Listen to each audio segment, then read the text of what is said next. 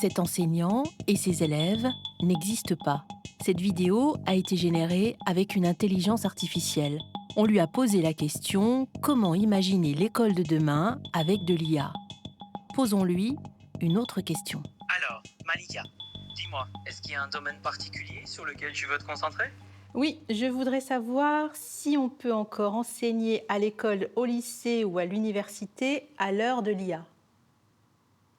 Eh bien, Malika, on est vraiment en plein dans cette ère de l'IA et ça impacte aussi l'enseignement à l'école, au lycée, à l'université. Les IA génératives ont envahi les écoles et le secondaire, à tel point que certains profs ont décidé de les inclure dans leurs projets pédagogiques.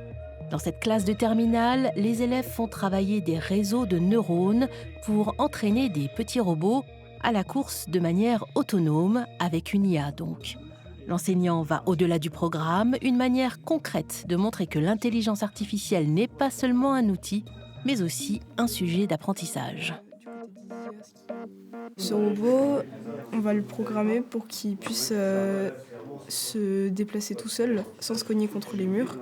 Et donc, il va devenir intelligent lui-même parce qu'il va être autonome. 1, 2, 3. Allez, c'est parti. Et c'est parti pour la course en mode autonome. Et même si elles sont minoritaires dans la classe, les filles ont gagné la compétition. Pour moi, l'intelligence artificielle, c'est un outil assez magique. Les collègues qui disent on ne peut pas utiliser l'intelligence artificielle, je m'oppose à cette version-là parce que dans ce cas-là, pourquoi on ne s'opposerait pas à la présence d'un parent sur un devoir à la maison ou l'usage d'un prof particulier?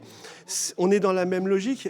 Aujourd'hui, ces machines, si elles sont bien gérées, si elles ne font pas le travail à la place de l'élève, c'est un formidable assistant, c'est un prof particulier qu'on n'a pas les moyens de s'offrir. Il faut peut-être simplement changer les modalités de l'évaluation, c'est-à-dire que moi, je note plus un devoir à la maison. J'aimerais savoir comment les élèves peuvent tricher grâce à l'IA.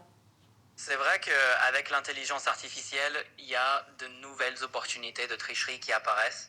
Par exemple, les élèves peuvent utiliser des outils d'IA pour générer des réponses toutes faites ou rédiger des devoirs à leur place. Ça peut être des rédactions, des dissertations ou même des résumés de textes qu'ils n'ont pas vraiment lus. Est-ce que vous faites vos devoirs avec l'intelligence artificielle? Non, des fois, c'est les DM, je l'ai fait une fois, mais le professeur il m'a cramé, je l'ai plus refait.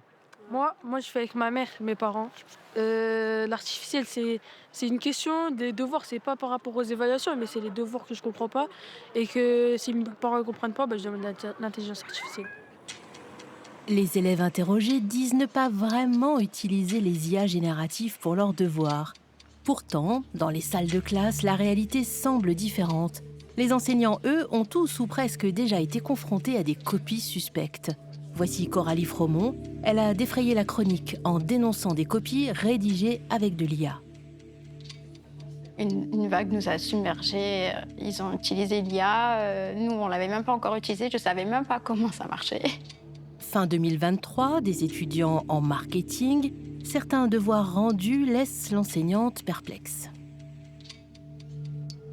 Les curistes recherchent des traitements thermaux qui offrent une réelle efficacité pour soulager leur affection spécifique. Alors je doute même qu'ils savent ce que veut dire affection spécifique. Pour des étudiants qui sortent de lycée, moi je dis chapeau s'ils savent déjà tout ça.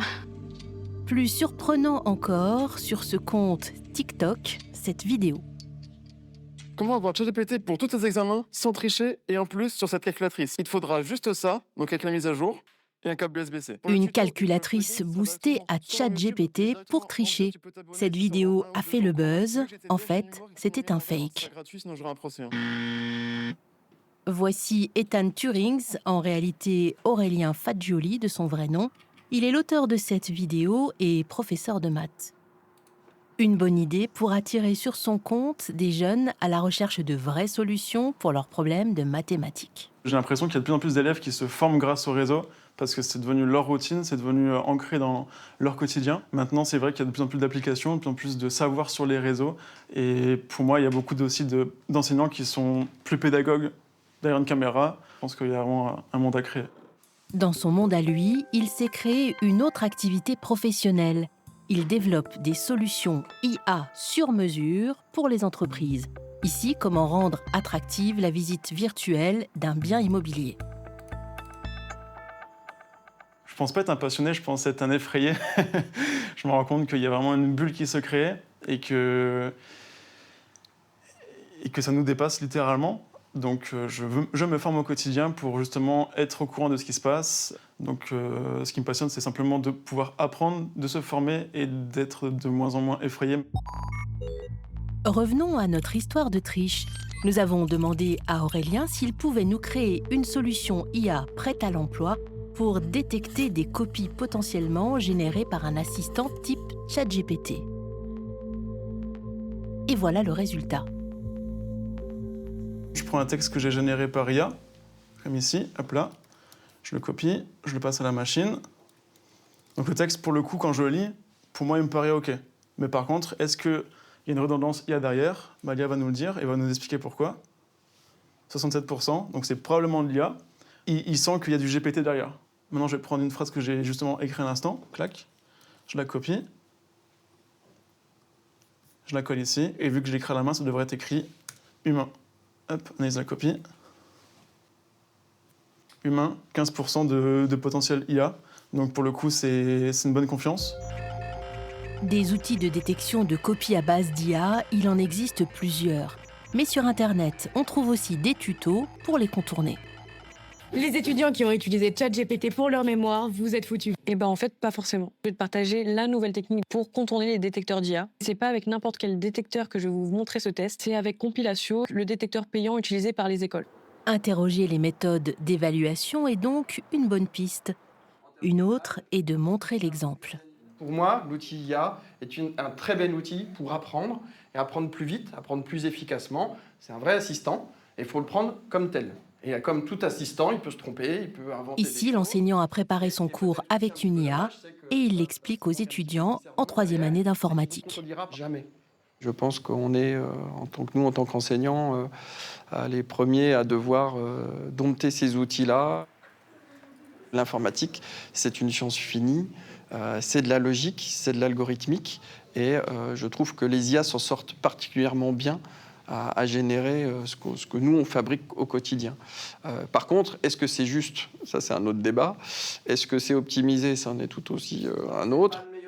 ChatGPT, Copilot, Perplexity, Claude, Le Chat et bien d'autres, chaque application a ses spécificités.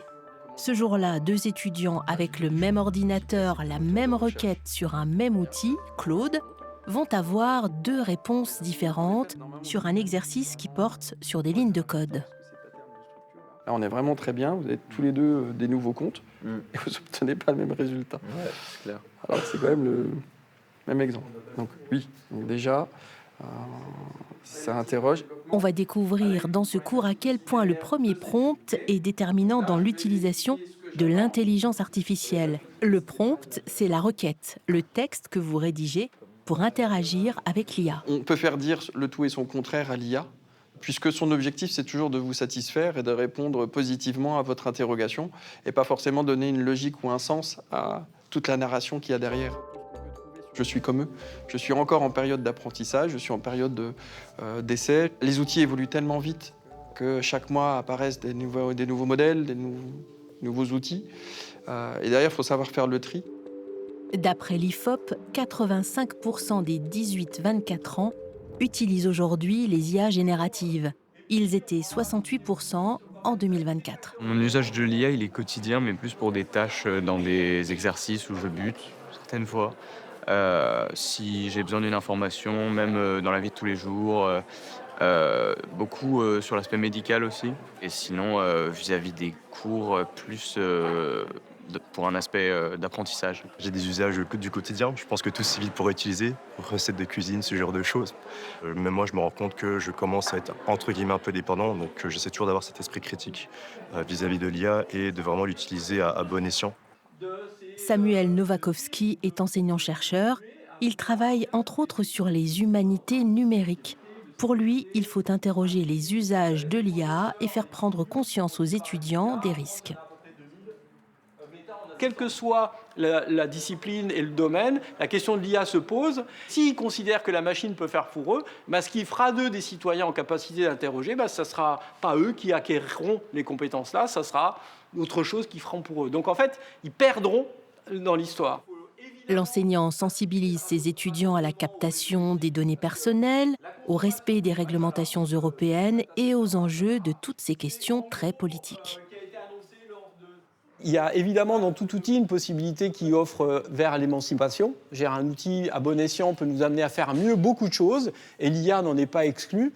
Mais comme tout outil, et là a fortiori dans le cadre de l'IA, vu les modèles qui nous sont imposés et qui sont majoritairement états-uniens, ils sont aussi porteurs d'idéologie, d'une vision politique du monde.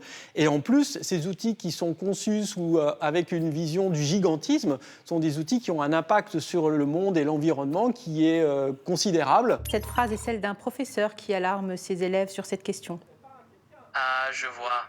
Donc t'es un prof qui sensibilise ses étudiants à ces enjeux. C'est vraiment important d'avoir ce genre de discussion. Eh bien, c'est une façon fantastique d'amener les élèves à réfléchir de manière critique à l'IA, à ses origines et à ses conséquences. Plus que jamais, les enseignants ont un rôle et une responsabilité déterminants pour former les citoyens de demain. L'intelligence artificielle est partout et de plus en plus difficile à détecter. Alors, c'est un peu ça la réalité d'une IA, toujours présente, mais nulle part en particulier. Et toi, ça te fait quoi de parler avec quelqu'un qui est un peu partout et nulle part à la fois? À bientôt. Bien sûr, à bientôt.